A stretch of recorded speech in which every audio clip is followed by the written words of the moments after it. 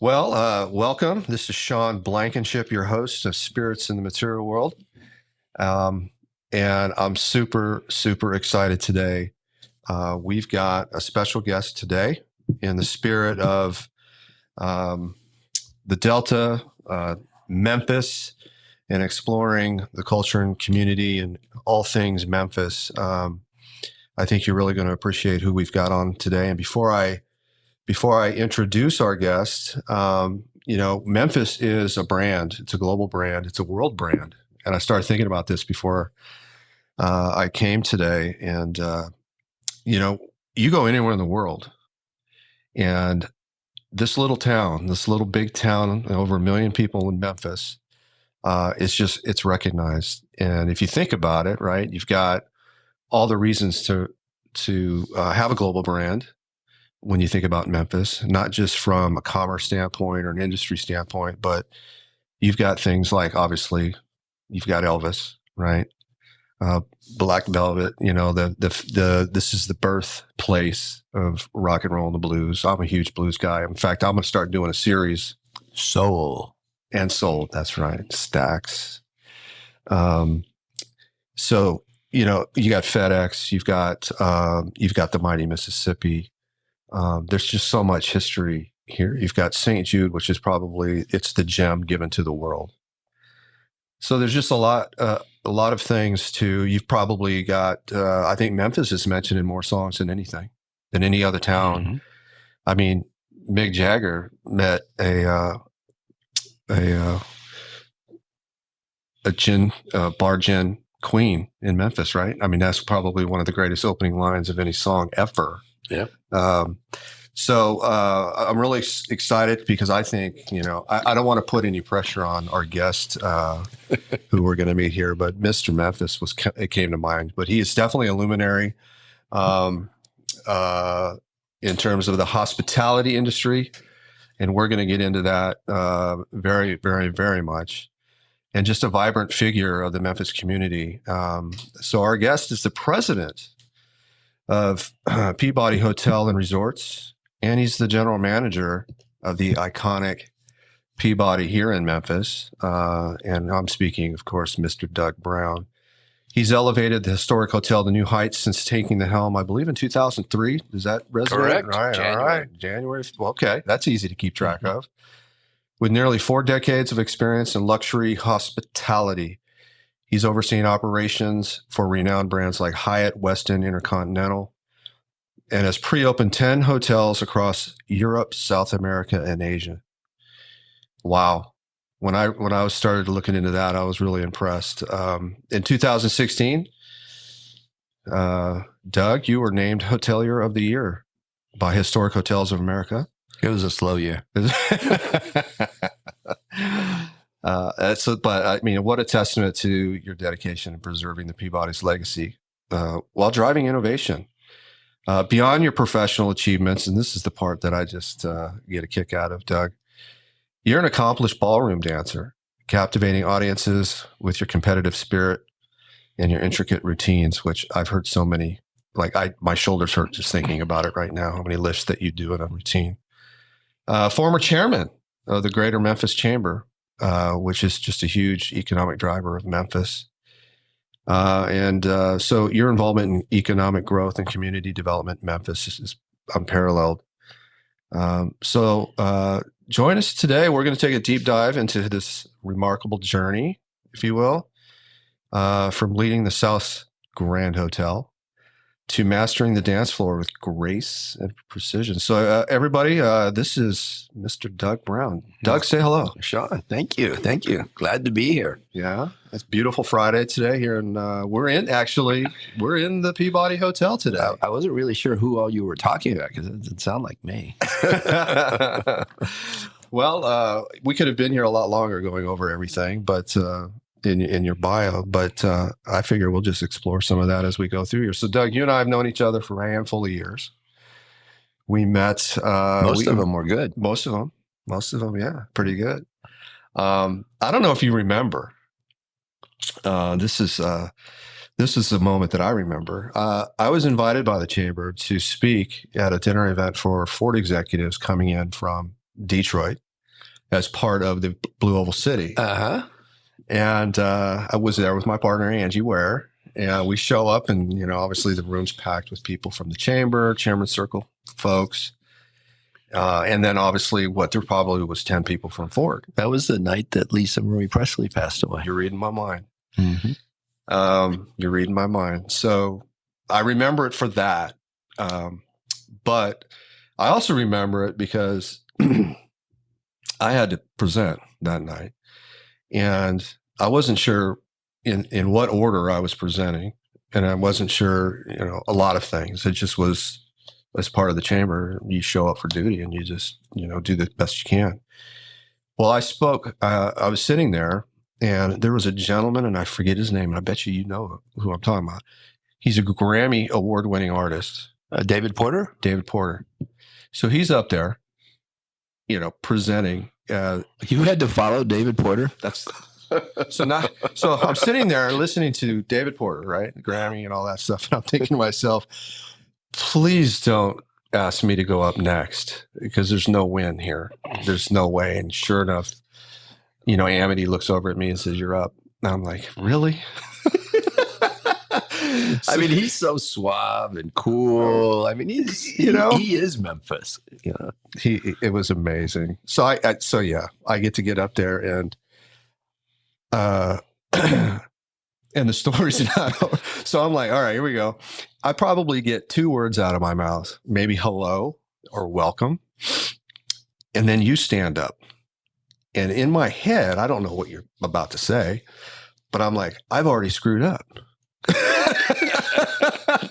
God, I forgot about that. I'm so sorry. No. And then you stand up and announce that Lisa Marie had passed. And you were just on the phone with, I think, Priscilla. Right.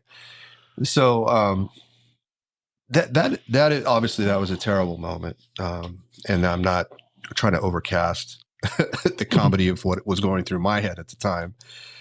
But boy, if that doesn't leave an impression on who you are and how connected you are to everything that's going on, and after that, after you announced what just happened, I really wanted to. So is this payback today? No.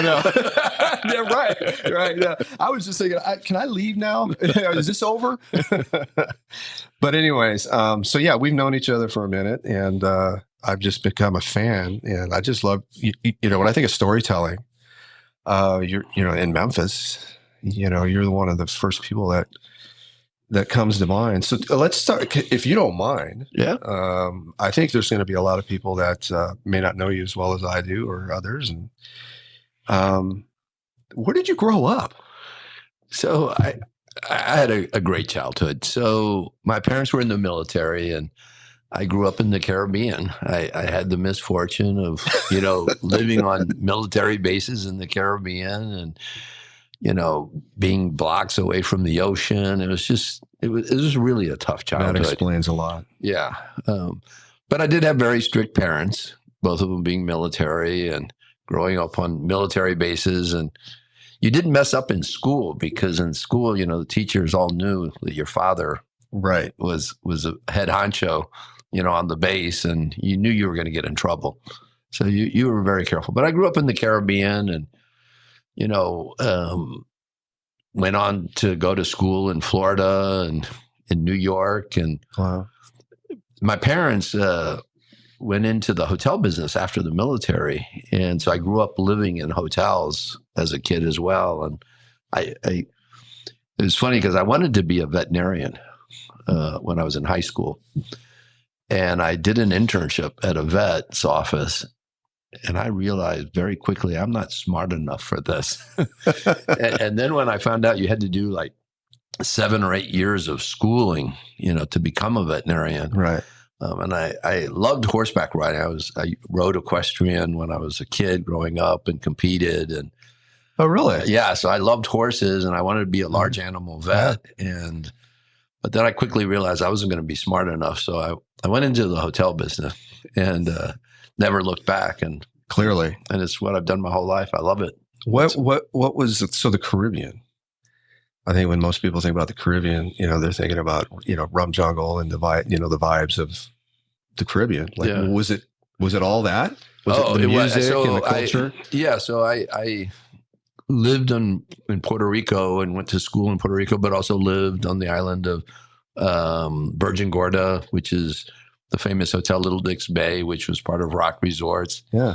St. Croix, St. John as well. So a lot of the islands. Yeah. And but Puerto Rico is where we went to school. My sister and I at one point would take a boat to Tortola and then a plane to Puerto Rico to get to school. We'd go to school all week, and then at the end of the week, we'd reverse it and come back. So it was a tough childhood. Awesome. Well, I'm sure there was some discipline, some structure in the family house growing up with military parents that maybe formed some of your disciplines throughout your career. You know, it's funny because you mentioned the dancing, and having grown up in the Caribbean, you know, in the Caribbean, they love music, they love dancing. Right. So I grew up kind of dancing. And I also grew up in an era of disco, you know, in the 70s. And, you know, people went out at night to go dancing. You didn't go out to go drinking. You went to go dancing. Which is so different now. It's so different now. Now you go out to get drunk and you might dance and standing where you're at. But in the old days, you went out to dance. Yeah. And I remember the scariest thing back then was walking across the bar or across the dance floor and asking a girl to dance, and God help you if she said no, because you had to turn around and walk back, and everybody knew you got turned down. The walk of shame. Yeah, I had this thing that I did, which was if she said no, I sat down at her table. You know, so I was not going to do the walk of shame back. I sat down and started telling jokes or stories, and I'm sure you had a pretty good batting average. Well, I try to win them over that way. And I think they figured out quickly that the only way they were going to get rid of me from their table is if they dance with me. So smart. So you had a strategy.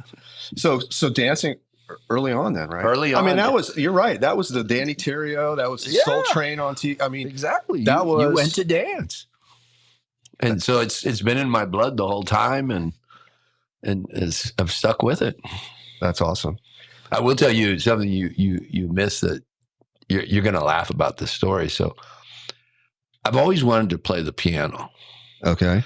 So a while back, I bought a piano, and I wanted to take lessons, and she's going to cringe, but so I buy the piano and I want to take lessons, but I don't want to learn all of the rules of music and playing the piano and reading music. And I want to learn to play a couple of songs, you know, so I can sit down and impress somebody, you know, with a song.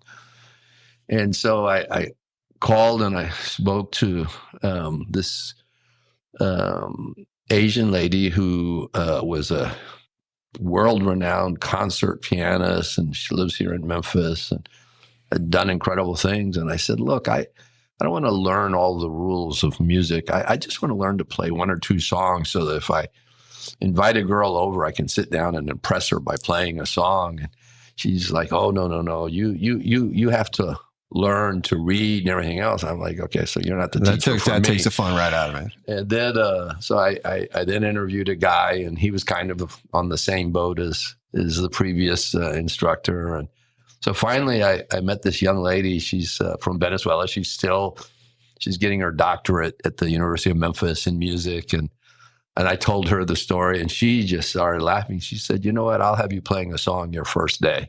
And so I did. So, what do you remember what that song was? Well, so the one and only song I can really play is Edelweiss, but I am trying to learn my way to play. Okay. You know, piano.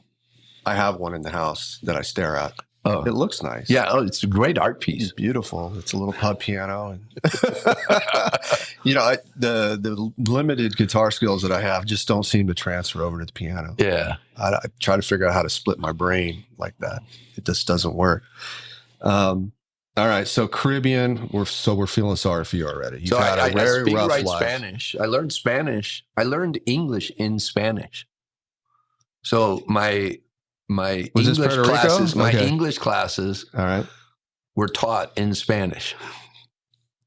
because the teacher was Spanish. It was actually a Catholic school, and they were nuns. You know, it was back in the days, the flying nuns. You remember the flying nuns, and you know, so they were from Spain, and so here I have somebody teaching me English in Spanish. Of course, the only English I got was at home with my parents. Right. So do you retain that today? The English? No, actually Spanish. I read and write Spanish faster than in English. You do? Yeah, I don't use spell check in Spanish. Thank God for spell check in English. Really? Yeah. That's fascinating. Mm. You're full of surprises. Mm-hmm. So you went to college. What was your first stop? Florida? No, I went to Paul Smith College in upstate New York. Okay. You know, it gets 6 feet of snow Yeah. there, and then Is that in Albany or where is that? It's in Saranac Lake. It's actually near Lake Placid, right near where the 1980 Olympics were. Yeah. Oh, so just another miserable place to live. Yeah, they actually used our campus for the housing for the Olympics. Interesting. Yeah. Okay. And then I went from there to FIU. And most people don't know about FIU except for when I tell them, yeah, that's the team that got into a fight on the football field with Miami, and both teams got, you know, suspended and banned, you know, and I remember FIU. That team. Interesting. So what'd you study? Hotel and restaurant management. So you were ready to go. I was ready. So you made a decision prior to college. That's in high school. After that internship at the vet, I was like, nah, I'm not smart enough. That's awesome. How was your college experience? I loved it. Was it typical? It was. I played sports and what sports? You know, now you're asking me to age myself. I played football, basketball, and tennis. Nice. And but you know, those were the old days when people did stuff like that. Yeah. But I you know, on campus was a fun time in those days. I'll tell you a really funny story. I was class president my senior year, and I got elected to convince the dean of actually it was the president of the school to keep the library open later. And to know me is why I say that's a funny story, that I would be the one chosen to do that. And so I put together this whole presentation, and I went to the president and had it all laid out. I thought, man, I've got this. And I really thought I'd done a good job at presenting to him as why you got your brother's typewriter out. Why it had to be open, you know, later hours and everything else. And I never thought that the president would do his homework on this. And he said, well, Doug, he said, you know, I kind of looked into your background a little bit. And he said, you know, when you go to the library, you know how you have to scan your ID? And I kind of knew right then and there where he was going with that. But I said, yes, sir. He says, so in your 2.5 years here, your ID was scanned twice at the library. One of them, you were there for all of 2 minutes. And the next time you were there for, I think I'm pushing it at 6 minutes. And you're the one they sent to convince me to keep the library open. And I said, look, don't shoot the messenger. Hey, but we got the library open. Did you? Okay. Yeah. I used the Rathskeller, which was the bar on campus, as the library should be open longer hours than the bar on campus. And he did buy that logic. That logic. Okay. Yeah, so. Yeah, he was probably digging into your real motivation at that point. Yeah. They sent you. They sent me. They sent the wrong person. Love it. That's awesome. So were you a dishwasher? I was. That was my first job. I was wondering. I was like, I want to hit him with this one. See, yeah. I was a dishwasher for 30 minutes. That's it? How many? Was it because you broke plates? Or? And this isn't about me, obviously. It's about you. But so I knew we had something in common. This is a bonding moment. And my wife is going to hear this, and if she was here, she'd tell you. But I don't even know. This was college. I think she got me the job. I don't know. But I get this job at a restaurant, and I thought I was going to be a server. So I go in there, and they start having me, put the silverware in the napkins, fold it. You do that like 150 times, right? And then we opened, and I'm like, all right, I'm gonna get trained and be a server my first day. She walks me to the kitchen and says, start doing dishes, and leaves. And I look around at a couple other guys. I said, all right, dropped my apron, and I walked right out the back door. That's how long. I don't even know if I washed the dishes. That's how long that lasted. But tell me about you. I mean, hopefully yours lasted a little bit longer. Mine not a little bit longer, but not much longer. So not too far from our house in Puerto Rico, after my parents had retired from the military, there was a small little hotel called El Portal. And the Portal is kind of like the entrance or the door. I went, unbeknownst to my parents, I didn't tell them. I went and got a job. I was probably 13, 14 years old, and got a job at the restaurant in this little tiny hotel. And I got a job as a dishwasher, and I started washing dishes, and I really kind of hated it, but I did it, and it was my first job. And I would get hungry washing dishes because I'd watch the kitchen cooking, and I'd get hungry, and I thought, I want that job because now I can eat, whenever, you got to taste the food. Sure the food's you got to good. make sure the food's good.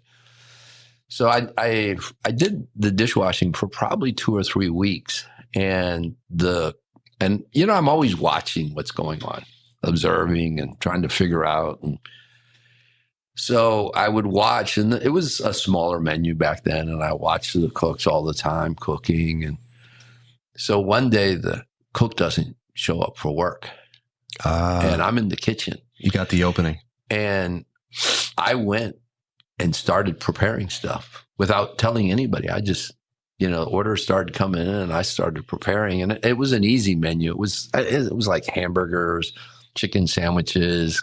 It had this thing called beefsteak, which is like it's a thin piece of steak that's pounded and with onions and stuff. And so it was all easy stuff to make. And I started making stuff, and all of a sudden the owner / manager arrived and sees me cooking and goes into panic mode. And I'd been doing it probably 30, 40 minutes by the time he got there. And the server said, he's doing a good job. And so I moved up to cook and started cooking. But it didn't take long for me to figure out the real money was being a server. So I wanted to become a server. And be out front. Get those tips. Plus I'm a good looking guy. I look like Richard Gere. So I needed to be out front. I love it. So so you saw an opportunity and took it? That same thing happened to me another time. It's funny. So I went on a summer job to Amsterdam. And my parents helped get me the job. I worked at the Schiphol Hilton, the Amsterdam Hilton. And we both were working in the restaurant in the morning. And by the way, I didn't know what the red light district was. Okay. And working in that restaurant, these older people who were on tours would come in, and they would sit and they'd be talking about they went on tour to the red light district. And I, of course, didn't know what that was. I'm this naive kid from America, and we didn't have that. And I went into the kitchen one day and said, hey, what's the red light district? And of course they explained it. But they would take people on tours with the little flag, follow me, that's the whole thing. But at that hotel one morning, I got there 6 o'clock in the morning, and I was a server. So was my girlfriend. And the cooks didn't show up. And so I went in, and it was easy because it was all a buffet. And luckily, a lot of the prep work was done the night before. So it was really a matter of taking sheet pans where they'd already laid out the bacon and putting it into the broiler and making scrambled egg and stuff. But I remember going into panic mode about halfway through the breakfast. One of the servers comes in and says, I've got an order for pancakes. Now, you would think pancakes is not difficult until you grab the box and everything's in Dutch. And I'm trying to figure out, okay, do I put eggs, milk, how much, what do I, or is it already pre-done? Do I just add water, and so I just ad-lib, put some eggs, milk, and mixed it all up and made pancakes. You got lucky? I got lucky. Yeah. They didn't get sent back. So nice. We're not going to go back to the red light district, are we? We're not going to talk about it. No, you saw the look I saw Kelly. Right? Yeah. Doug has been joined by Kelly, who is head of PR, if I'm not mistaken. She's our director of marketing and communication. She always makes sure I stay out of trouble. Exactly. You saw her cringe when I went to red light district. She actually reached out and got a stun gun. Me. She has a stun gun in her hand. And I noticed that. Careful there. All right. So another adventure was Amsterdam. Interesting. So take us sort of progress our way through your hotelier life. Give us a feel. You've been to some amazing brands. You've opened up properties in I don't know how many continents. At least three or four continents. I'm very interested in hearing about that. So I'll give you some of the highlighted fun ones. So I really, my real hotel career started in Miami at the Four Ambassadors. Miami. And I started working at the Four Ambassadors, which was a Sheraton at the time. And I was going to school, FIU. And that hotel became an intercontinental hotel. And of course, I got to know all the leadership in the hotel and had my ways of getting in trouble, and that's how they got to know me. And some things just never changed. Never changed. And the general manager at that hotel was a guy named Martin Seibold, and the hotel manager was a guy named Andrew Kermsey. Well, Martin Seibold, while I was there, got promoted to president of the South America division for Intercontinental Hotels. And he was stationed in Venezuela. So right after I graduated, he offered me a job to go to Venezuela. So I worked in Caracas at the Intercontinental in Caracas, and then the Valencia Intercontinental. And that was because Seibold had brought me there. Well, then Andrew Kermsey, who was the hotel manager, became general manager of the Bonaventure, the Fort Lauderdale Bonaventure Intercontinental Hotel and Spa. And it was opening. It was a brand new hotel. And so I left Venezuela and went to Fort Lauderdale to help open the Bonaventure Intercontinental Hotel and Spa. And so these connections and these people that I worked for in these hotel companies is how I kind of kept going and along my career. But one of my favorite openings was in the Cayman Islands with Hyatt. I opened the Hyatt Grand Cayman, and that was really a tough destination to have to work at for 2 years. And it's funny, I'm still good friends with a lot of people that I worked with that helped open that hotel. But funny story, when I left there, the night before I left, they threw a party for me, a going away party. And the then governor of the island presented a declaration, and he was British. And as you know, the British have a very dry sense of humor. And he said, good evening, everyone. As you know, Douglas Browne must leave the island by 9 a.m. tomorrow. And as you all know, Tom Cruise arrives tomorrow at 9 a.m. We do not have room on this island for Doug Browne and Tom Cruise, so he must leave. So the funny thing about that is The Firm, which was filmed in Memphis, at this hotel. Yeah. Guess where else it was filmed and what other hotel? The Hyatt in the Cayman Islands. That's it. So I left when Tom Cruise arrived, but You they'd already must been leave. filming. I must leave. There's not room on the island for the two of us.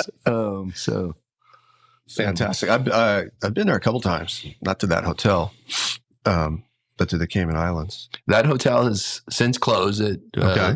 The island got hit by a hurricane, Right. I think about 10 years ago, and it wiped out most of that hotel. I think the beach club of it is still operational, but the hotel itself closed. I remember the restaurant had exotic meats you could choose Probably. that I've never really was exposed to before. This was probably like in 2015. We don't know where we got those meats either. Yeah, exactly. How do you right? How do you verify? Really? That's a lynx? Prove that. Yeah. How do you? Yeah. All right. So what next? So let's see. Cayman Islands. I remember, and it's funny that's how I ended up here. But from the Cayman Islands, I went to Baltimore, and Finally, a rough gig. a rough gig. Yes, actually, I loved Baltimore. Yeah. Baltimore, a great city. I actually married the Miss Maryland, who was second runner-up Miss America in Baltimore. Of course you did. Yeah, but I went to Cleveland, Ohio, to interview with Bill Hewlett, who was president of Stouffer Hotels, which is now Renaissance Hotels, but at the time it was Stouffer's, owned by Nestle's. I remember the Silver's brand. Wow. Yeah, That's a great. flash. Yeah. Yep. And so I flew to Cleveland and met with them, and they said, "Yeah, we and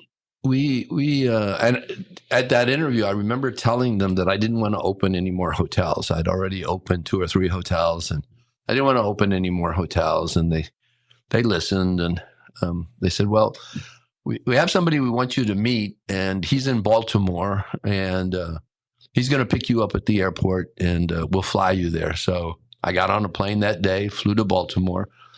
A guy by the name of Alan Villaverde, remember that name, picks me up at the airport, and he takes me to a Hyatt in downtown Baltimore on the Inner Harbor and puts me at the Hyatt. And I'm thinking, why didn't they put me at the Stouffer's?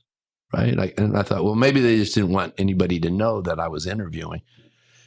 And he says, I'll be back in a couple hours and we'll have dinner at the hotel. And so we're at this restaurant with windows overlooking the Inner Harbor, and we're sitting there. And I said, "So where's the Stouffer's?" And he points to this building right across the Inner Harbor that's under construction. I said, "It's an opening?" And he said, "Yeah." You didn't know? And I said, "Well, no, I kind of told him I didn't want to open any more hotels." Yeah, I thought I made it clear. He says, "No, it's a 600-room hotel we're opening. And that's why we want you, because you've opened hotels." And I never have.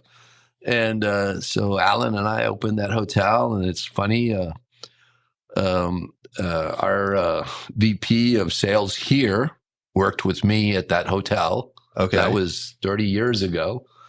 Our food and beverage director, when I arrived here, had worked at that hotel as a banquet manager. And this was in Baltimore. But so years later, I'm in Mexico. I was a regional director for Posadas, Fiesta Americana hotels in Mexico. And Alan Villaverde, son, had passed away. And I flew to Orlando. And in Orlando, I met Marty Bells at the funeral. Okay. And we kind of hit it off. And then I guess about a year later, I came into Memphis secretly and met with Marty Bells and Alan Villaverde and interviewed. And there was a GM here at the time. And that's how I got the job. So things kind of come full circle. Yeah. Yeah. You develop relationships as you've moved around. Yep. You got so you got married in Baltimore? So I got married in Baltimore. Wow. And Yeah. how long were you in Baltimore? Balmer, you know. How Yeah. about them O's? Right? The Oreos, yeah. Interesting. So up until you just took us to I think 2003, right here in Memphis, Yeah. roughly. What kind of leadership qualities are you developing throughout those early years? Did it change? Is there a difference between now and then? Yeah, I didn't learn very much along the way. Or was it just the school of hard knocks? You know, I go back to when I was at Paul Smith's back in college. I was one of 10 students in the country chosen by Disney to go to the college resort of Disney. This was in 1976. So I went down to Disney and I had the opportunity. Roy Disney was still alive. And I had the opportunity to work at Disney World. And it was really in its early stages, you know, Epcot, World Showcase. None of those places were open yet. And those were really great times of Disney. That was the really great Disney to work for. It was incredible. But their whole training programs, their leadership style, everything about Disney at that time was just incredible. And I think I learned so much from them, Right. On, you know, really trying to do things right the first time. And then how important your staff is and the team, you know, they're your greatest asset. And really you're nothing without them. And so throughout the years, you just kind of try to fine tune that. And you realize that's just so true, you know, Right. And I will tell you, you surround yourself with people who are much smarter than you. Always. Because they'll indirectly or somehow make you look smarter than you really are. And that's why Kelly's here. Yeah. And that's always been very easy for me to surround myself with people much smarter than me. Yeah. I would imagine, you know, wow, Roy Disney. What you do today, right? When I think about my life traveling in hotels, the moments that have impressed me the most are the hotel, and it doesn't have to be a luxury hotel, but the moments where the attention to detail just was astonishing. And I've got to imagine starting out like what you just said, right? Disney, being in that type of environment in the hotels that you've been in. Is attention to detail are you manic about it, or does it just become second nature? And by the way, you gave me a tour of the bakery here, and while we were in the tour, you noticed something in the freezer that you had somebody who adjust, and it was one little thing. Yeah, they didn't date something. But as we walked out, and I let you stop, it was in your mind, and I said, "Wow, okay, attention to detail." I'm pretty anal. If you go to my house, it's spotlessly clean. And, you know, if you go into my closet, all of my shirts are by color. Oh, are they? And they're all 2-finger seperaid and everything. Really? Oh, yeah. It's a curse. I feel sorry for your employees. That's why I'm single. Nobody can live with me. I do have to tell you a funny hotel story. It's about my son. So after Tamara, I remarried, and I adopted her son, Dakota, and I think he was around 2 or 3 years old. And so most of his life, he grew up living in hotels because we lived in the hotel. We had an apartment back in the old days. You lived in the hotel. And so he grew up living in hotels most of his younger life.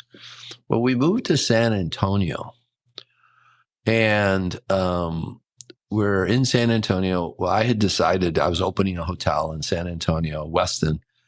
I decided it was time for us to move into a house. And so we moved into a house. It's our first weekend in the house. And if you back up just a little bit, every Sunday morning, Dakota and I would get up and we would watch cartoons together, and we'd call room service and order pancakes and bacon and eggs and everything. And so we're in this house in San Antonio, and it's about 6 a.m, and I get this tap on my shoulder. I look, and it's Dakota, and he says, "Dad," he said, "let's go down and watch cartoons and order room service." And I look at him, and I look over at my wife, and look back at him. I said, "Room service is still asleep."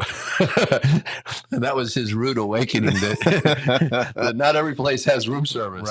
Right. But So living in hotel, so you didn't even think of that, right? You lived in hotels I a lot. lived in hotels or up until San Antonio. So that was like 2002. So most in my early part of the career, I lived in hotels, and there's good and bad. But I learned my apartment in the hotel. I would take everything out and put all of my stuff in, down to even the phones. Really? And the reason for that is the minute you walked in those doors, it did not look like the hotel. Right. Even the phones were my phones. They weren't hotel phones. Right. Even the towels, everything had to be mine, so that you at least separated from your work. And even though that sometimes is hard. I was thinking the same thing. How do you have like work-life balance? I feel ever since, I don't know, I feel like ever since the cell phone was invented, right? Work-life balance is kind of difficult to manage. And living in a hotel where you worked, there's got to be a way to separate yourself. There's got to be a safe zone. Like if you're living there and you're a manager or GM, or like, people need to know to leave me alone, I would think. They do, but you know what? I think that is really, you learn that you know that if they have to call you and you're at home, you're not doing something right. So that means you're not training your team well. Right. That means you're not empowering them to make decisions. Okay. So, I actually, to this day, all of our managers, we have 75 salaried managers at the Peabody in Memphis. And if they're getting calls at home a lot, then it's shame on them. Yeah. Because they haven't trained their team to be able to operate without them and manage without them. And they haven't given their team the authority to make decisions. And they should be able to. I rarely get called.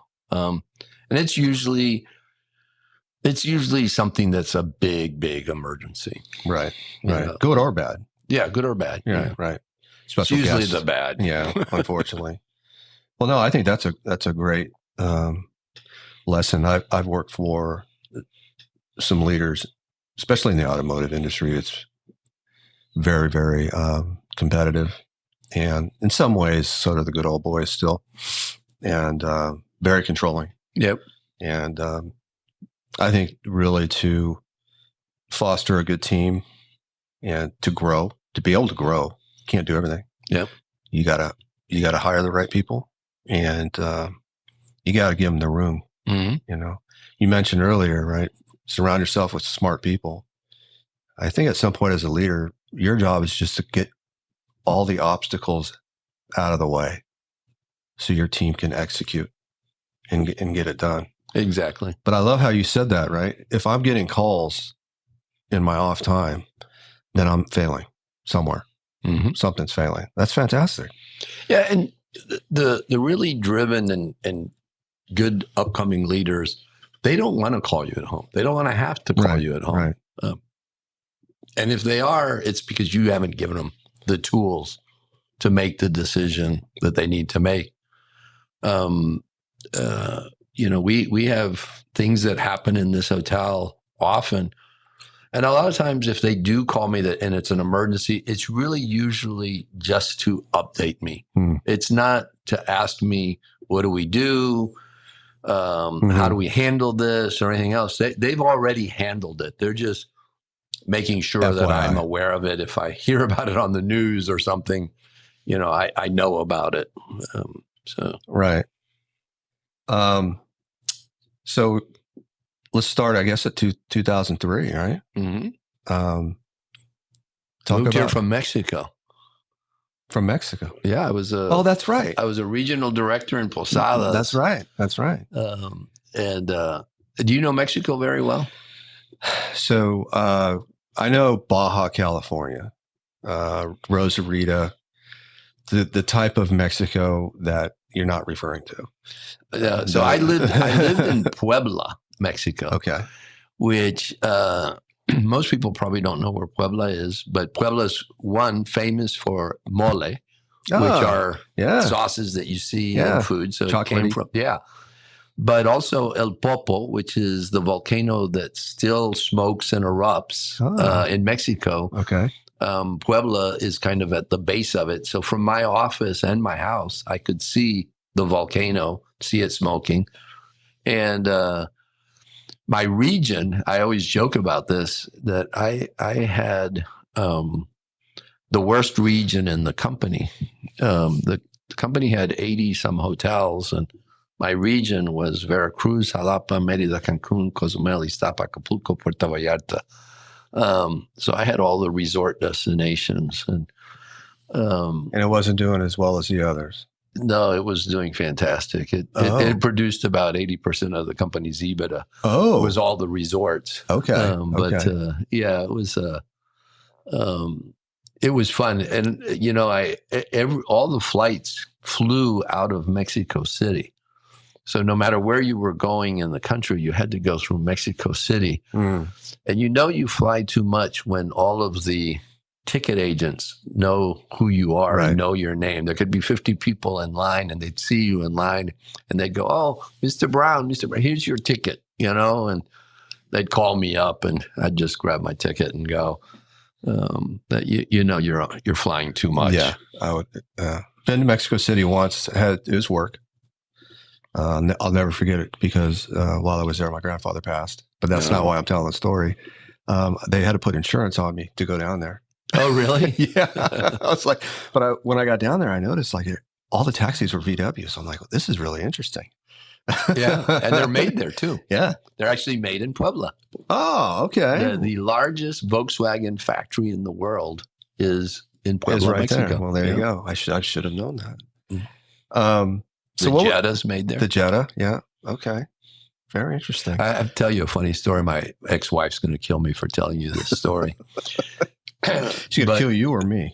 Well, she's going to kill me. But we're about to leave. We're actually leaving Mexico. This is after September 11th, the towers, and we're coming back to the U.S. And I had actually bought her a Jetta, a turbo, from the factory from one of the employees, because employees got a new car every year, and then they turn around and sell them. And I'd bought one of them. And she was driving. It was our last 2 weeks there. I'd never ridden with her in Mexico driving. This is in Puebla. And, oh, boy. And we're driving on this road. My son's in the back seat, and this car kind of cuts her off. And, of course, she's using a few choice words. And the guy rolls down his window, and he reaches out, and he goes like this, right?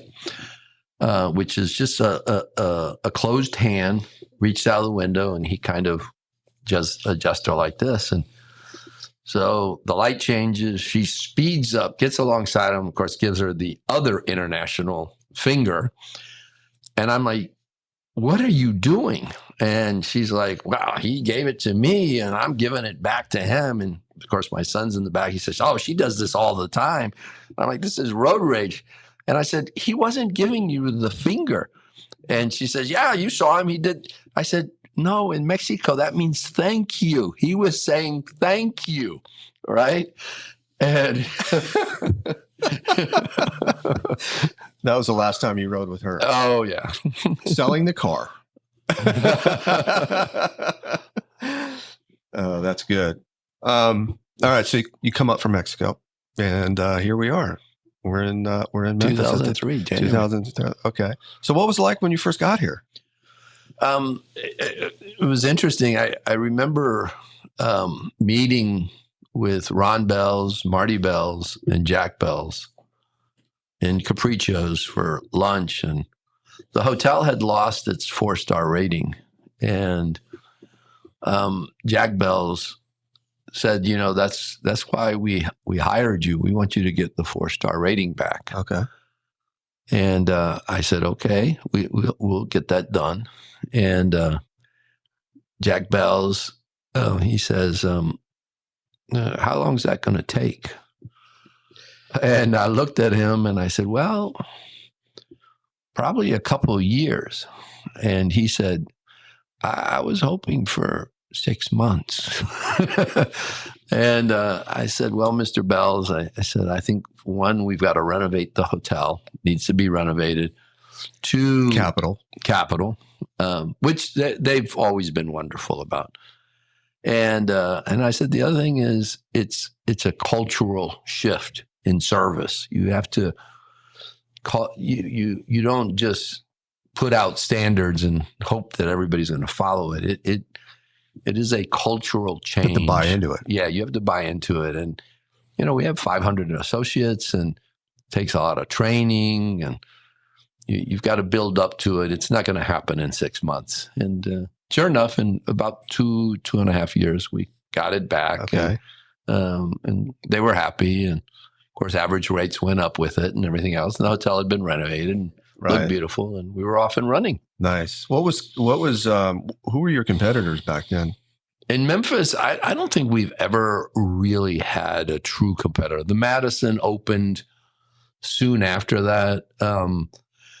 The Madison was a cute little boutique hotel, but I think over time, the Madison, instead of raising the bar and going head to head with us, I think mistakenly they kind of stepped down and they started competing with all of the other hotels. And so that kind of left us alone. We don't generally compete with a lot of people here in Memphis. We're competing more with, the Greenbrier, the Broadmoor, the Dell. From a group standpoint, we're competing with those hotels around the country. And we actually, of all the hotels, have the largest meeting space. We've got 80,000 square feet of meeting space. So, we do a lot of catering business and group business and weddings and right. Very nice. I meant to ask you, sort of stepping back a little bit. What is there a particular skill set that a hotel owner looks to in somebody like yourself to open a hotel? Because you did that earlier in your career. It seemed like you sort of made a niche there. You got moved around. People wanted you to come open their hotel. What does it mean to open a hotel? It's very different than running a manager going in. And a lot of times people don't get it. They don't understand that. And the best way to explain it is that when you're running a hotel, if I'm a manager and I'll use, let's say, the front office or housekeeping, let's use housekeeping. If I'm the executive housekeeper and I go from one hotel to another and the hotel's operating, I walk into an office that is already set up. It may not be exactly how I want to set it up, and I may rearrange some things and move some stuff and clean some stuff, but it's already operating and it's got a flow and a system and everything else. And I may tweak that system. When you're opening a hotel, that room is empty. There's nothing there. So you have to design the flow. You have to figure out how are things going to move and work in that space. And not everybody has that vision to be able to do that. You can go, Right. a lot of people can go in and tweak something and make it better. They're good at that. But not everybody has the vision to go into an empty space and envision, okay, this is where this is going to go. This is where this is going to go, and figure it out. And I like doing that kind of stuff, and I'm used to it. And So creative with the team, I can imagine. And you know, do you look back at some of the hotels and go, would I have done it better in a different way? Yeah, some of them. or hey, look how well it worked out. You know, knock on wood, I've been really lucky that the hotels that I've been involved in the opening, it went very smooth and very good. I got to tell you a funny opening story. I wasn't the opening GM. I was there on task force, but it's a funny story. So it's in New Orleans. It's in August. It's in the summer, and it gets a little hot in the summer in New Orleans. You know, a little humid, not too bad. Yeah. And I was staying at the Fairmont Hotel. This is in the 80s. And I'm in the Flamingo Suite. It's this tiny little suite with flamingos on the wall and everything. And I'm reading the paper, and it's a Sunday paper. And of course, I go to the employment section because I want to see who's hiring and what they're doing and everything. And I open it up, and I see this full page ad for the hotel that I'm task forcing at, where on Monday they're going to start interviewing for jobs. And I'm like, oh my God, how did I not know that we were doing this and that we're doing this tomorrow? And this is a big hotel. This is like a 600 plus room hotel. So I pick up the phone and I called the general manager. And I said, did you know that there's a mass hiring tomorrow at the hotel? He says, yeah, no, the HR director, she's handling that. And of course, we're not even in the hotel yet. We're little tiny offices on one floor, a section of the hotel. I mean, smaller than kind of my offices here. And I'm thinking they're going to get thousands of people show up for this, right? The unemployment was high at that time. I think it was like 15, 16% in New Orleans at that time. Hot summer. And so I said, this is going to be a nightmare tomorrow. And he said, oh, I think you're overreacting, Doug. I said, no, I'm not. I've done this a few times. You're at a mass hiring, you're going to get hundreds and hundreds of people, if not 1,000, show up to interview. So he calls the executive committee, and they start talking, and they decide, okay, everybody's going to come in, all hands on deck. And I knew this was going to be a nightmare. It's a cluster waiting to happen. This was going to be horrible.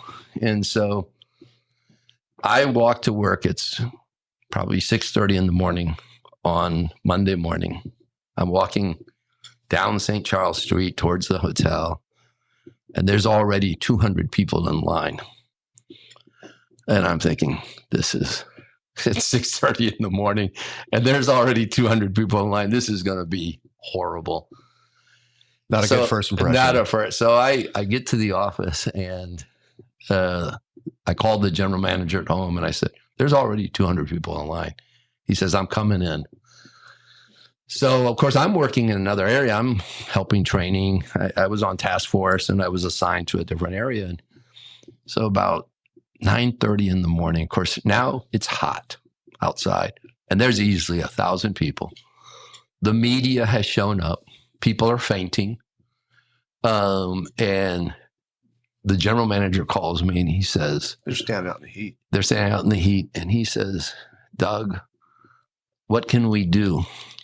And I said, I'm going to take care of this, but I don't want you or the HR director around, but I'm going to take care of it. And he says, why don't you want us around? I said, I don't want you around. You shouldn't be around. And so I grabbed 2 big boxes of applications, and I told one assistant, I said, just put A on all of these. You put B on all of these.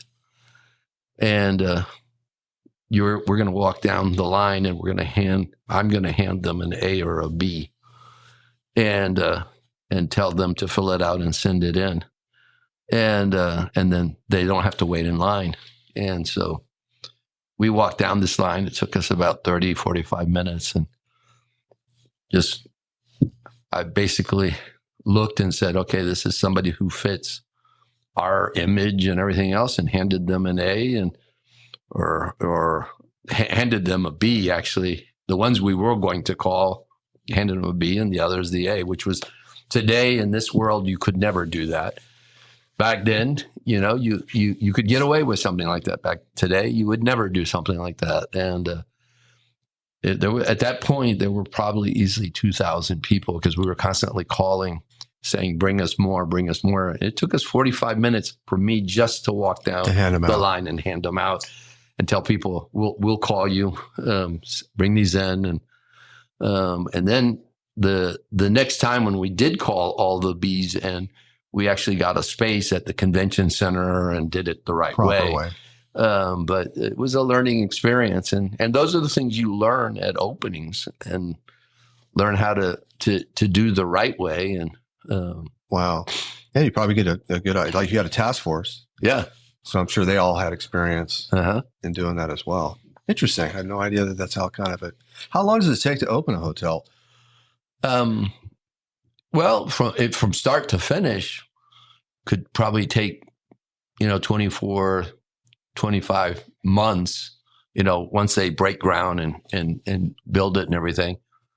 Of course, there's usually 6 months before that, architects, designs, permitting, and all of that kind of stuff. But it's fun. It's fun putting together a whole team project, because you're hiring all new people. It's exciting, right?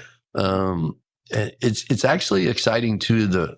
The week or so before you open the hotel, it's the last time that building is really ours, because once you open the hotel, it's the guests. It's their hotel. So it's fun. Interesting. So when you got here, you had 2.5 years, roughly, to get to 4-star. Right. Put some capital into the building, things like that. Had you been to Memphis before?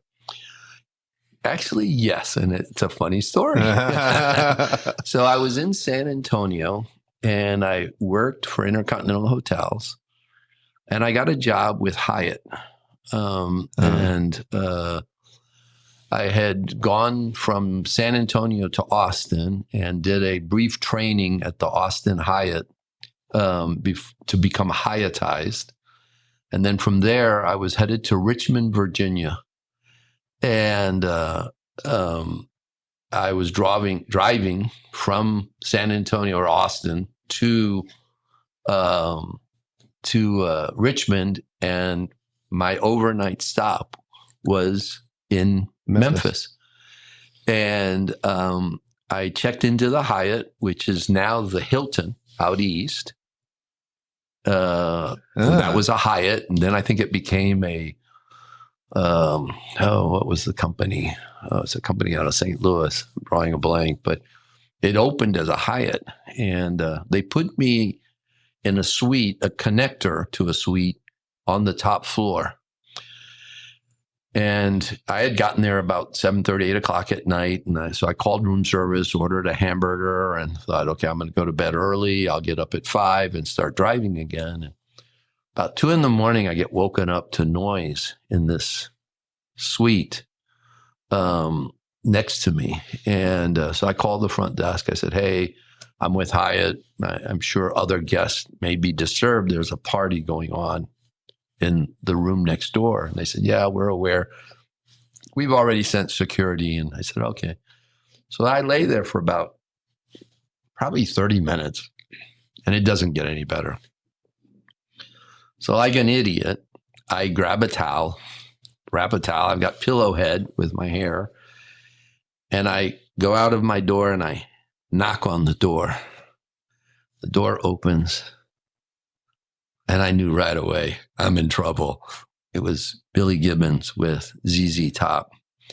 And I'm like, they didn't tell you? No. And I didn't know. And of course, I'm not going to tell you the plume of smoke that came out of the room and everything. And he says, "Hey man, did we wake you up?" And I said, "I'm so sorry." I said, "No, no problem." He says, "No, why'd you join us?"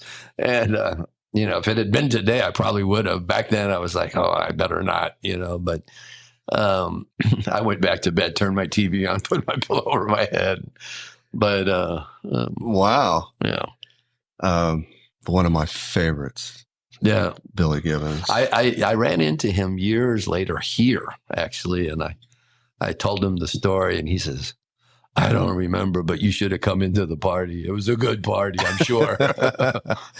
I could see that. I saw Billy in the band last year at the Orpheum here. Yeah. And I bet he looked the same as he did back in the 80s. There's a great story about the beard and all that stuff. 2016 Historic Hotels of America named you Hotelier of the Year. What did that mean to you, and what does that mean? Well, there's a funny part to that story. So that award was given to me in Hawaii. Kelly, who's now left, was actually there. And that was the year I gave up my chairmanship. I had been chairman of the board for historic hotels, and Lindsay Uberoth and John Uberoth, the Uberoth family. Yeah. They own preferred hotels and historic hotels, and they're on stage, and the then chairman had not come to that conference, and they were about to give out the award, and John, I believe it was John Uberoth, called me up to the stage, and I thought that they wanted me on stage to help hand out the awards. Because the chairman clue. The new chairman wasn't there, and I was the past chairman. So I went up and I stood right next to Lindsay and John, and he looks at me and he says, "Doug, what are you doing?" I said, "You asked me up here to help hand out the awards," and he kind of chuckles. He says, "No, you're getting the award." And so I was really taken back, but that's a great story. I was ready to give the award out to the Hotelier of the Year. Yeah. Awesome. I'm trying to think, 2016. Really nothing memorable about that year. I was a lot younger then. All right. So let's talk a little bit about Memphis now that you're here and you've been running the hotel. You started getting involved in the community. What was that like? So is that something that you had not had an opportunity to do in perhaps other cities because you were more in and out? You weren't there long enough. You've been here for a minute. I've been here 22 years, almost 23 this year. Actually, something that I landed on by accident that I started earlier in my career was that every time I would get into a city, I kind of learned at an early age that certain boards in the city, the who's who of that city is on those boards. And the best way to connect with those people was through volunteering and being on those boards. So Memphis was no different. So when I got here, the chamber back then, John Moore, I believe, was the CEO of the chamber. I reached out to him and said, "Hey, if you ever have an opening on your board, from a hospitality standpoint, I'd love to be a part of it." And I think about a year later, they brought me on the board there. And then Jim Holt with Memphis in May would every so often call and ask for rooms for Memphis in May. And I mentioned to him, I said, "Hey, if you ever need any help from me," he said, "Why don't you join our board?" So I got on that board. And then the Orpheum, the Heart Association, the University of Memphis, Kemmons Wilson School, the Fogelman, the Yeah. business school board, the hotel association, the state hotel association board. So I'm on all of those boards. And so you start getting to know all of the who's who. And I'm going to do a plug for a dear friend of mine in Memphis, but it's a true story. When I got to Memphis, one of the first things I do is I try to go to all the galas and all the key events in town. And you quickly figure out who are the movers and shakers in town, who really make things happen. And you start seeing them at the same parties. And then the ones that they're not at, those aren't really that important. Well, I started seeing this one guy. I kind of knew who he was, but I didn't know him well. And it's Kevin Kane with Memphis Tourism. And I would go to different events and I'd see this guy at these events. And then all of a sudden I'd go to an event and he wasn't there. Well, I'd scratch that event off. If he wasn't there, it wasn't important. And so I really decided what events were really the most important events in the city by if Kevin Kane was there. Was there? There's your barometer. And we, of course, became, since then, very dear friends. And I always joke about if Kevin's not at your event, it's not a very good event. So I guess he gets invited to everything. But what was your early impression of Memphis once you started? When I first moved here, I even had friends that said, "Oh, Memphis, you're going to Memphis." And I really thought, typical to the hotel business, I'd be here a couple of years. I never dreamed that I would be here almost 23 years. Yeah. And I fell in love with the people, the city, everything about it. Our ownership, the Bells family, has been wonderful to me. Yeah. And the hotel, the staff, they're all great. And it's a fun hotel. It's something different happens in this hotel every day. It's not like any other hotel that I've ever worked in around the world in my career. This hotel sees more celebrities, more leaders of the world in this hotel.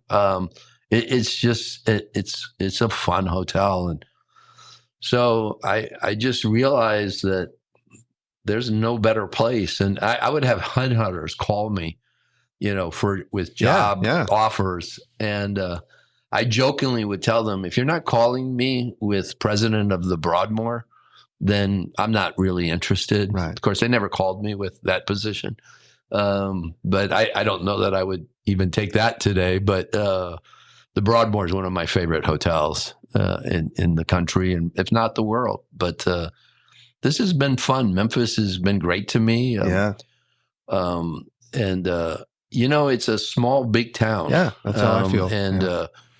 And people are genuine here. When you develop friendships, they will bend over backwards to help you. Right. And I remember one time I was actually in this room right here, and all of a sudden I got this sharp pain, and I turned white and ran to the restroom and had to throw up, and I was just in bad shape. And I was in an executive committee, and of course they ended the meeting, and I was like, I thought I was dying. I thought maybe my appendix had burst or whatever. And so they rushed me to Methodist Hospital downtown and the emergency room. And I texted Michael Uagli, who's the CEO, and I said, "Hey, I'm in your emergency room, and I'm in pain." And he texted me right back. He says, "Hey, I'm out of the country, but let me send a message." And a few minutes later, a bunch of people came in and grabbed me and took me back. But wow. That's just typical Memphis. Memphis will bend over to back. And I'm just a hotel guy, But I had a friend of mine. This is a true story. I had a friend of mine who she works for First Horizon, but she works out of New York. She's in their bond division, and she was in town, and I took her to really her first college football game. Because if you live in Manhattan, you don't go to very many college football games. And so we go to tailgating, and we walk, and I'm not going to mention names, but we walk, and we meet the president of FedEx, and he's tailgating, and we run into the CEO of AutoZone, and then we run into the guy who runs Macy's, and we're walking around meeting all these people, and she's like, "Oh my God, you would never meet these people in New York. It just wouldn't happen anywhere else but Memphis. But in Memphis, They're accessible. they're accessible. involved. Yeah, you talk to them, and they drive themselves, and you don't see that in other places in the world and in the They country. put their pants on just like everybody Yeah, else. exactly. And I was very involved in Rotary when I was living in Collierville, which is, for those of you, that's a suburb of Memphis. And I remember my wife's the very couple first weeks. What's it like? I said, well, there's the mayor, there's the alderman, there's the chief of police, there's the fire chief, there's every business owner in town. That's what it's like. And we're all having lunch, and that's just amazing. Like, you're not going to get, like you just said, you don't get that everywhere. yeah. Really, really, really special. I spoke to that Rotary. Oh, did you? When I was chairman of the Memphis Chamber, they asked me to come speak to them. And I'm trying to think of when that was, but something was happening in the world and the economy. I said something that was taken out of context. Okay. By one of the reporters that was in the room. And of course, the chamber went into this panic mode because the writer, I guess, had given the heads up that tomorrow's headline was going to say the chairman of the chamber said, that, maybe a recession's not all bad. And that's not the way I said it at all, but that's the way they were going to read the story. And they were all in panic mode. And of course, they were like, okay, how do we twist this and everything else? And Damage control. And I remember picking up the phone. This is 9:00 at night. And I called Richard Smith with FedEx. And Richard had been chairman just before me. And I said, Richard, I think I really messed up. I said, and I told him what it was. He says, oh, tell him not to even respond. Blow it off. Don't even respond. Right. And I'm like, oh, the chamber, they're all in panic mode. And he says, oh, tell him not to, it's going to blow off. Well, so I call the chamber folks and I said, hey, Richard really kind of thinks we should not even respond. Well, that night, the Grizzlies went into the playoffs, and that was the lead story the next day. And we never responded, and Doug Browne was off the hook. I love it. Are you coming back to the Memphis area? And hopefully this is it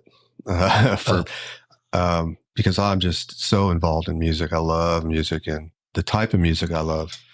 I feel like I live at the heart of where it all started and where it all is. Do you connect with me? I know we're going to talk about your dancing, but so I'm dear friends with David Porter. David and I are close friends, and of course Boo Mitchell. I love Boo, and Boo and I are very dear friends, and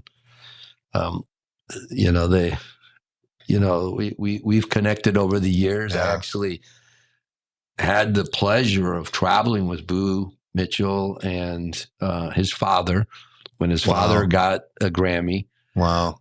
I went with Memphis and represented in LA. And so I became close with him, and Al Capone was on that trip with us, and Pat Tygart, and it was a fun time. I'll tell you a funny story about that trip. After the Grammys, we're sitting at an afters party, and we're at this table And sitting right behind me was my biggest crush in the world, which was Carrie Underwood, is sitting right behind me. And I was just in awe and wanted to meet her. And someone at the table knew her and said, Doug, do you want to meet her? And I said, are you kidding? Absolutely. And so they said, look, don't ask to take a picture and don't ask for an autograph. I said, oh, I would never do that. So we get up and we go, and she is just cute as can be, sweet as can be, got up, hugged me, and just was so nice. And she said, oh, let's get a picture. A phone is grabbed and we get a picture and everything else. And I'm all excited. I've now got a picture with Carrie Underwood, and we sit back down at the table. I said, hey, share that picture with me. And they said, it wasn't with my phone. Whose phone was it? It was Carrie Underwood's phone, right? And, the things you think of later, I should have gotten up and said, hey, Carrie, can you share that picture with me? I would have been connected to Carrie Underwood, but I wasn't smart enough to go and ask her. That I wouldn't know. I know. So she probably went through her pictures later and said, who is this? Delete. Well, I was doing some research on the hotel, and we could sit here and talk for the next week about, like you said, the dignitaries, the celebrities, musicians, artists that have come through this hotel. It is truly amazing who's come through this hotel. I can imagine some of the people that you've met in your almost 23 years now that you've been here. Are there any? Can you share? I got to walk a fine line here. Are there any stories, any particular moments that you're like, this was like Carrie Underwood, this was just an amazing moment for me? We've had at this hotel every president since Eisenhower come through this hotel. We recently found out that, what president was it? I'm drawing a blank, but it was before Eisenhower had stayed here because of some event that happened in Memphis. But one of my favorite stories, and not to get political, but we had George W. Bush, the son, and he stayed at the hotel. He stayed here a couple of times, but on this occasion, he was here because he was pushing that whole Social Security. He wanted to give you the capability to invest part of your Social Security money. And in theory, the idea was probably a really great idea, because had you been able to invest part of that money in the stock market, years later, you would have had incredible growth. But, the expectation that everybody would know how to invest and everything else, was probably a bigger thing to handle. But in that visit, he was staying on the 12th floor, and Jack Bells and myself got invited to go to hear him speak about it at the convention center.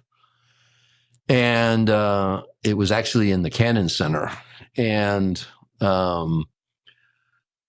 we had been told that we could get our pictures taken with him before he went to the convention center. And so Jack Bells and I are up on the 12th floor, and the president comes out of the presidential suite and is walking down the hallway, and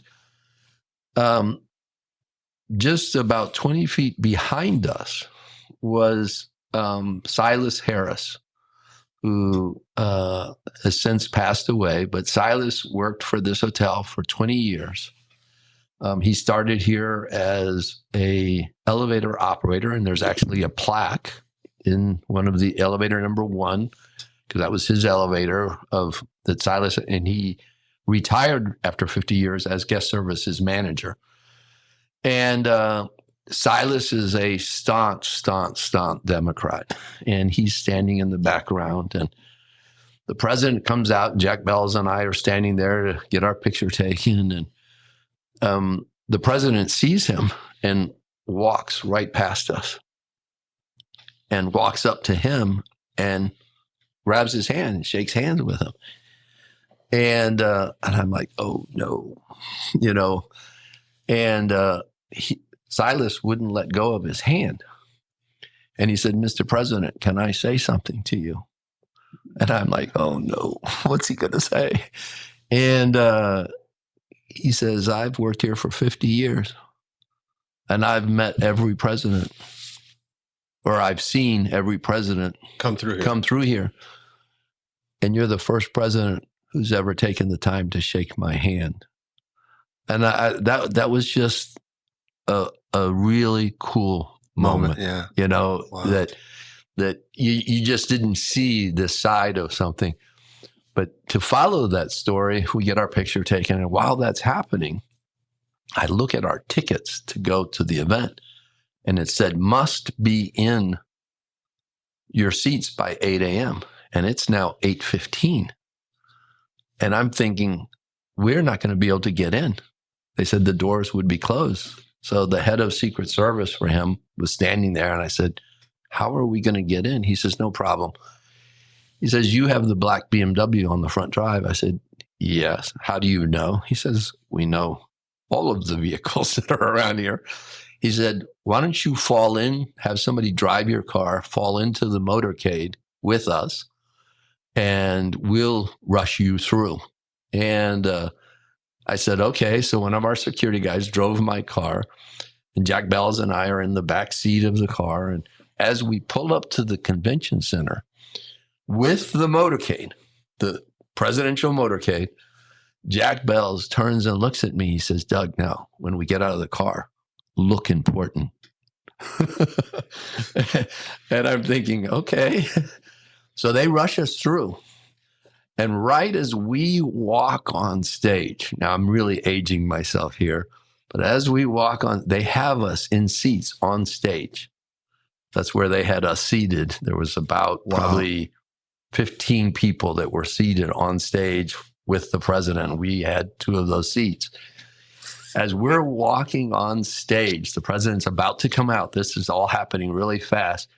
They start playing Hail to the President, the song. And I stop and look out at the crowd, and Jack Bell says, do not do what you're thinking. And of course, if you remember the Richard Nixon, And he knew. But I didn't do it. We sat down and listened to the president, and Oh Lord, it went well. I behaved. But yeah, I've had the luck of meeting some incredible people throughout my career, and I know you've probably got to end this pretty soon, but I would be remiss if I didn't tell you my Frank Sinatra story. I'm not going anywhere. Let's listen. So, as you know, Frank Sinatra is one of my all-time favorite artists of all time, and actually, I did a dance with Sarah. Sarah's my dance partner. Yep. And to his song "My Way" by Frank Sinatra, and but I'm in Baltimore, and Frank Sinatra is coming in, and he is staying with us, and we're doing this big wedding. It's $1 million wedding in the hotel, and he arrives, and we have all these limos on the front drive, and when he gets out, he says, "What's going on?" I said, "Oh, we've got this wedding going on, and this weekend." And so I walk him. We get on the elevator, and I said, they're flying in the Tommy Dorsey Orchestra. And it didn't dawn on me that he used to, perform with, the Tommy Dorsey Orchestra. And he says, "Oh, the boys are here." And I said, "Yes, sir." And so we get him to his suite, and he gets checked in. And just as I'm about to leave, he says, "Doug," he says, "I get done with my gig tonight around 10:30. Do you think I could stop and say hi to him?" I said, "Absolutely. When you get back to the hotel, just ask for me and I'll get you to him." So now fast forward, it's about 7:00 that night, and I get called by the banquet manager that the bride is upset and wants to speak to the manager. And in our business, that is never a good thing. And so I run up and I get within about 10 feet of the bride, and she starts screaming at me. And what she was upset about was we had 2 rooms, one for the bridesmaids and one for the groomsmen. And the bridesmaids had left their purses and gifts and stuff in the room. Well, they were all off to the party. Security came by and locked the doors out of concern that they were just left unattended. But she was upset that she couldn't get into the room. And the whole time she's screaming at me, I'm thinking, you know what, for $1 million, we could have somebody standing at this door all night. And when you get within 10 feet, that door is going to open. So when she was finished, I said exactly that. And she walked off in a huff. And I thought, man, Monday morning, that's going to be expensive.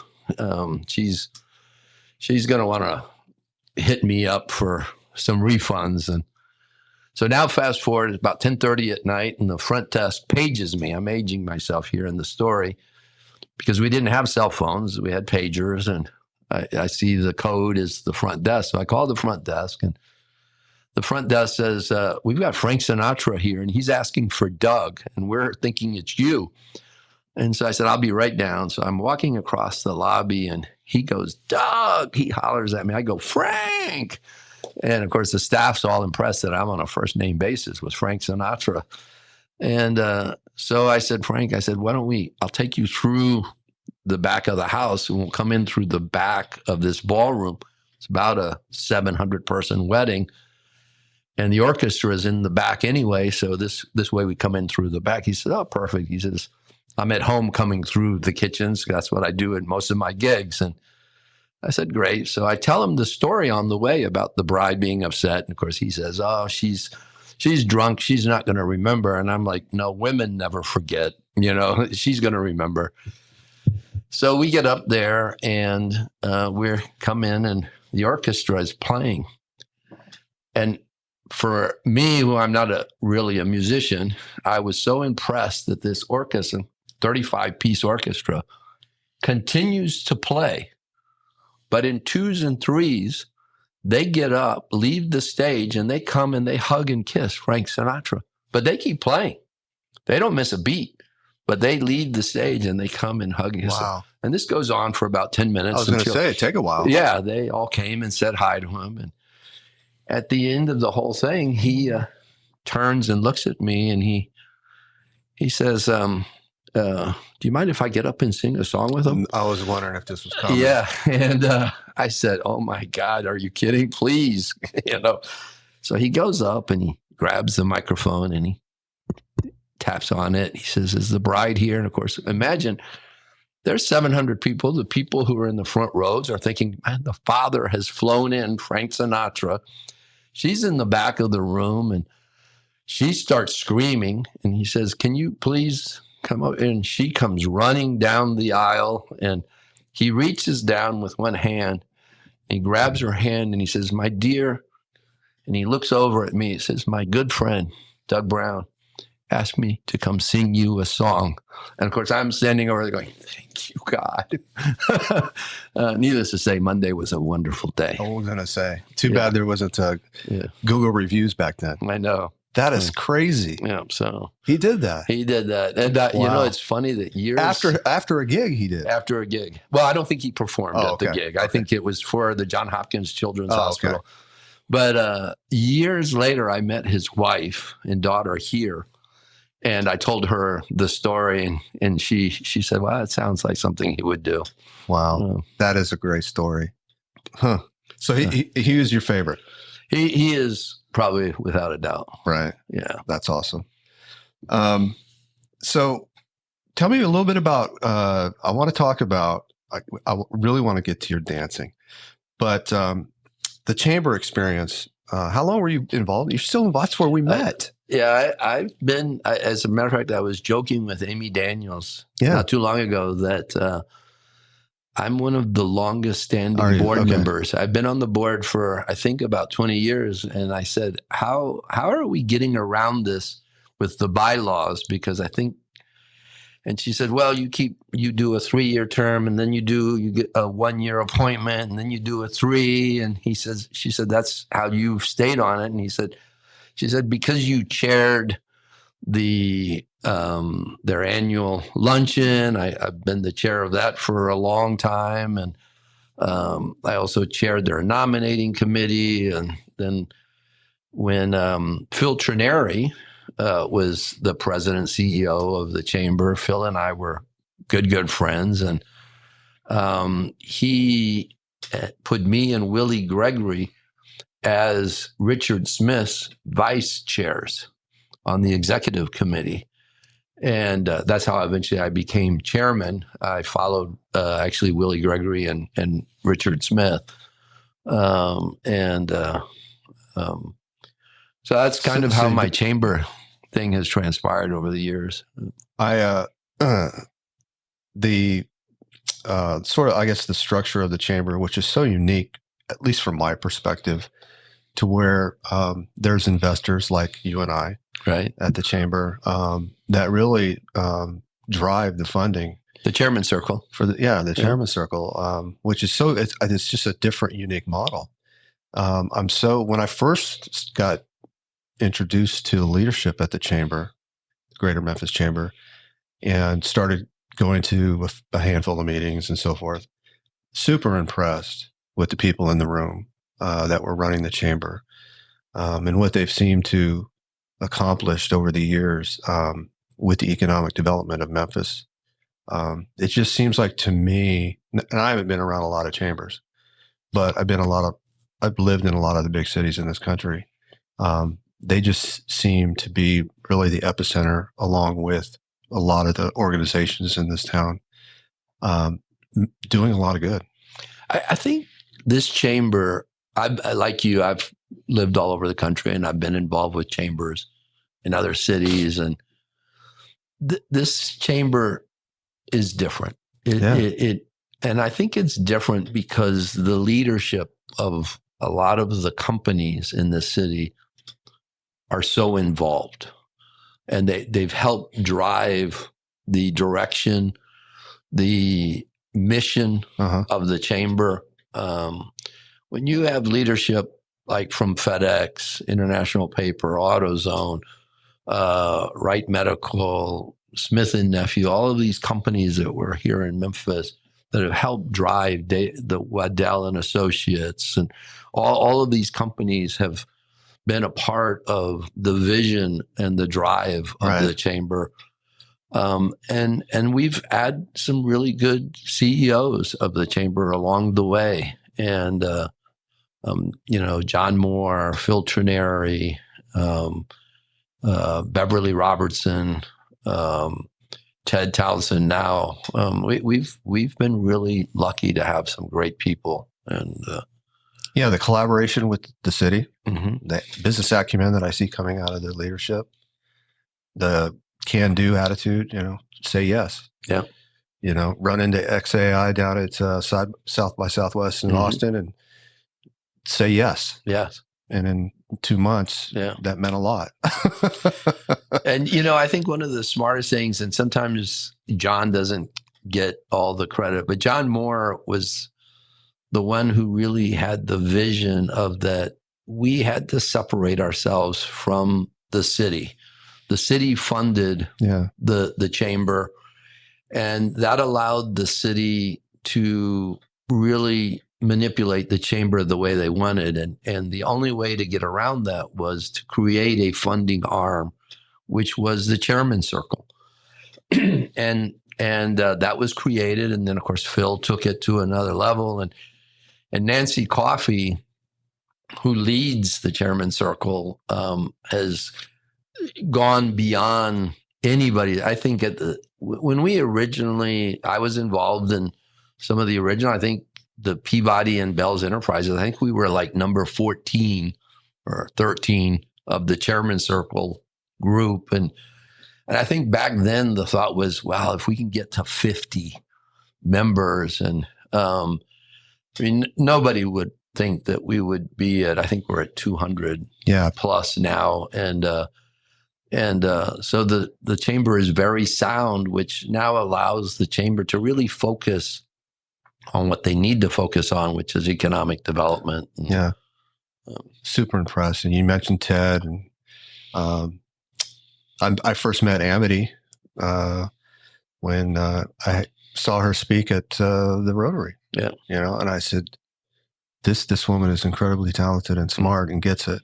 The whole team over there, they got a Amity, Gwen Fisher. Gwen, yeah. It's just the whole team over there. Amy, they've got Amy Daniels. They've got a great team. Yeah. They got a big meeting tonight too. A little public get together. All right. So let's talk about some of the background and where you are today with dancing. This is just, I don't know. I love it. So I was dating a young lady about 10 years ago. After I got divorced, I started dating a young lady, and she loved to dance, and we danced really well together. Right? We'd go to galas, and Ron Wong, who just passed away recently, he loved taking pictures. He'd always send me pictures that he had taken of Rebecca and I dancing, and she wanted to learn to tango. And so we went to Fred Astaire here in Memphis, and we started taking tango lessons. And then she found that we could actually join this tango group. And so we kind of left that and went and started doing this tango group. And we danced really well together. And one of the managers at this Fred Astaire was a young lady by the name of Sandra Corbett, and she eventually went on to run the studio. Her father owned the Fred Astaire here in Memphis, and she convinced me to come back and dance with her, and I did, and I went to a few competitions with her, and I did okay, but I was stubborn in how I wanted to learn and everything else. And then Sandra decided to retire and get married. And I said, well, I'm retiring too. It's blah, blah, blah. And about a couple of months later, Sarah, who was just an instructor there, she reached out to me and she says, I'll learn all of your routines if you'll come and dance with me. And I said, So I went and we danced and we just hit it off. We had the chemistry and could dance well together. And, we've been dancing together now over 4 years. 4 years. 4 years. Wow. And we've competed in Florida and Texas and at the World Championship in Las Vegas and recently in Georgia. And we've done Tennessee, and we've done really well along the way. And she's trusted me. I mean, we do routines that are not amateur routines. Not at all. And she's incredibly trusting because I lift her above my head and everything else. And I'm an old guy. I'll be 70 years old this year. She's 24, 25. And I'm throwing her up in the air and over me and hopefully catching her. And knock on wood. Yeah, there you go. I have never dropped her, and we've done well, and it keeps me young. I was going to say you've got to. This is athletic. It's very athletic. Is work, right? This is core strength. Focus. Everybody's probably seen Dancing with the Stars, and this isn't just you're sitting on the couch 8 months out of the year and you decide to do this every couple months. No. I work out 5 days a week, lifting weights. And I tell you a story. Don't ever do this, please. You're married, happily married. Don't make these. Let me make the mistakes for you. So a while back, I go to Sarah and I said, Sarah, how much do you weigh? And she looked at me and, it didn't even dawn on me. I wasn't even thinking in that direction. Right, you just never ask a woman, how much does she weigh? And she says, why? And I said, well, because I have to lift you. I want to make sure that when I'm lifting weights, that I'm lifting your weight, and everything else. And she begrudgingly said 114 pounds. And she is very light. And plus the truth is, in all honesty, she does all the work because her ballet background, she danced ballet for 18 years. She gets up there.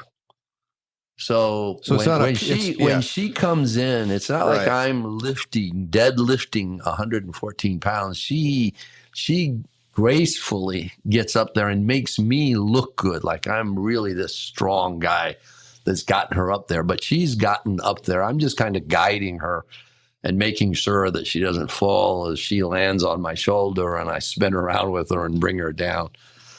So she does the heavy lifting. I'm her tree trunk. Right. But, and it's not, so I'm not a dancer. I've watched it. It's not like you're just lifting her one time in a routine. And I can't imagine how many times you're practicing those lifts. Give us an idea. Like, yeah, yeah. And she's good about it. It's funny, this routine, this My Way routine, Bruno, who's a world champion, came in to create this routine for us. And Bruno, and he's actually from New Jersey, near where Frank Sinatra was from. He's Italian. Perfect match. Yeah, and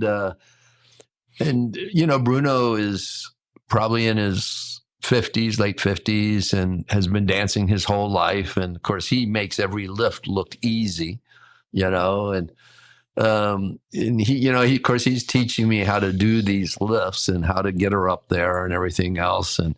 But he's like, okay, do it again. And I'm like, okay, look, I don't have this many agains in me. But it's good. It forced me to stay in shape, and of course, dancing and moving. It just right. It's great for my health. How many competitions would you do in a year? Oh, if it was up to Sarah, we would do a lot. It's an expensive hobby, so these competitions can be expensive to go to, and her dresses are very expensive. But I think we've done as many as 5 or 6 in a year, but they're going on all the time. We could do a couple a month if I didn't have a real job. Now she does this for a living. She teaches, and you say you can't dance, Sarah would have you dancing within the hour. Really? Oh yeah, she's incredible. That's amazing. I mean, if she can do it with me, she can do it with you. Well, it's super impressive. She teaches here? No, she used to. Yeah. She now works for Fred Astaire in Hendersonville, which is right outside of Nashville. Uh-huh. So she'll often come here on a weekend, or I'll go there, and we'll train and practice, and she'll scream at me most of the time. Tell me all the things I'm doing wrong. You're used to that, though. I'm used to it, What is your next competition? Well, she's trying to convince me to either go do Vegas again. We've done Vegas, which is the big one. It's the World Championship. We've done it three years, and this would be our 4th if we go this year, possibly. We've talked about doing Orlando, which is just as big as Vegas. I would like to do Europe. There are some big competitions in Europe, and so we've talked about going there. But it's also hard with her students and her getting away. And right. So we'll see. See how that goes. Yeah. How about we finish up with, why don't you, just for those who've never stayed at the Peabody here in Memphis, there's some interesting aspects.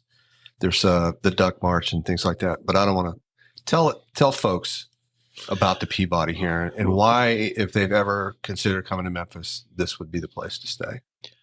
Well, the Peabody, not many people know this, but the Peabody is probably, I think, the 3rd most visited place in Memphis, the 11th most visited place in the state of Tennessee. I did not know that. Graceland is number 1. I believe Beale Street is number 2, and then we're number 3. Which is funny because Beale Street's just one over. One over, right. But we'll get a slow day is 500, 600, 700 people for Duck March at 11, and then the same in the afternoon. For those that don't know, explain Duck March. The Duck March started actually back in the 1930s. It started as a joke. The then general manager, Frank Schutt, had gone duck hunting with some friends in Arkansas. And they were sipping on some of that Tennessee whiskey, I think Jack Daniels. And it was a little nippy out, so they were probably having a little too much fun, libations. And back then they used live decoys to hunt. And I don't believe they do that today. And they came back to the hotel in the evening, and it was going to be a cold night. So they decided not to leave the ducks in the truck. They brought the ducks in and put them in the fountain as a joke.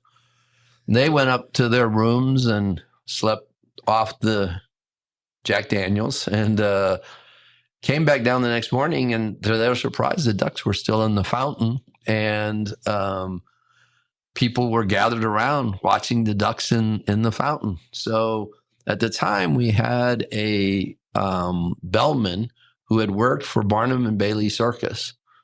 Of course you did. And Frank Schutt asked him if he thought he could get them to march and get into the fountain every day. And so Mr. Pembroke, whose picture is in the lobby, started the Duck March. And it's now over 90 years. Wow.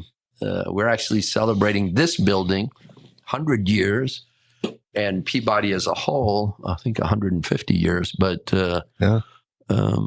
It's a great building, but the Duck March is obviously huge, the whole energy of the whole hotel and everything. But it's really, at the end of the day, it's the team. The staff here is incredible, and they make it a wonderful stay. So it's fantastic. I think I was speaking of the history of the hotel. I just finished reading a book, American Pandemic. And I was reading the book because it happened. The pandemic, yellow fever, was particularly it was almost the epicenter was here, and it was 2 or 3 years after most of my grandmother's side of the family came from County Cork, Ireland. We lost half of them, but the Peabody was survived, during that period. Peabody's been around and survived a lot, but that was particularly a troublesome time for Memphis as history. Have you ever read that book, by the way? No, I haven't. I've got to now. Oh, Lord. All right. It's going to, it's a lot of factoids in it that I think you'll appreciate. In fact, I'll give you my copy. You can read it. So you owe me a book anyway, because I gave you one. That's right. And I have another book I'm going to give you. Okay. Because you did tell me a story about. So there's when it comes to musicians, I lean towards the guitar, and I really, really have a handful of musicians that I just think are, and it's Keith Richards is one of them. Yeah. Buddy Guy, Billy Gibbons, obviously Jimmy Page. I mean, these are all people that are blues guitarists, right? And they have all come through Memphis. Yep. And they've all stayed here. And they've all probably, I was going to say I didn't want to say that, but I would imagine B.B. King, obviously, I live. Does Robert Plant play the guitar? Robert Plant? I don't know if he does or not. Harmonica, I know that. I know he and like Mick Jagger. Yeah. People don't realize in the blues, it's the harp, Yeah. Mick Jagger is an incredible harp player. Yeah. He's right up there. Robert Plant loves Memphis, loves the Peabody. No, I'm getting you to sit up a little bit. Oh. So he loves it. Oh yeah, Robert Plant loves the Peabody. Yeah, and Memphis. He loves Memphis. Yeah. Well, so the book that I was referring to, though, I'm about halfway through it, a little bit more than halfway through it, but it's called Life, and it's by Keith Richards. And oh wow, it completely changed. Well, not changed, but it reinforced sort of his style and everything that happened to them when the Stones first came to the U.S. First couple trips, actually, as they went through Mississippi and Arkansas, and Memphis, right? So that book is really cool. I'm going to give it to you too. So there's two books right there. Good. You're going to make me read, huh? Well, listen, I know you do have a hotel to run. I do. And you've been gracious with your time today. And I can't thank you enough. I've been looking forward to this for a long time. You got it. I appreciate you taking your time, and I'm glad to call you friend. You got it. All Likewise. right. Thank you. Happy right. Friday. Happy Friday.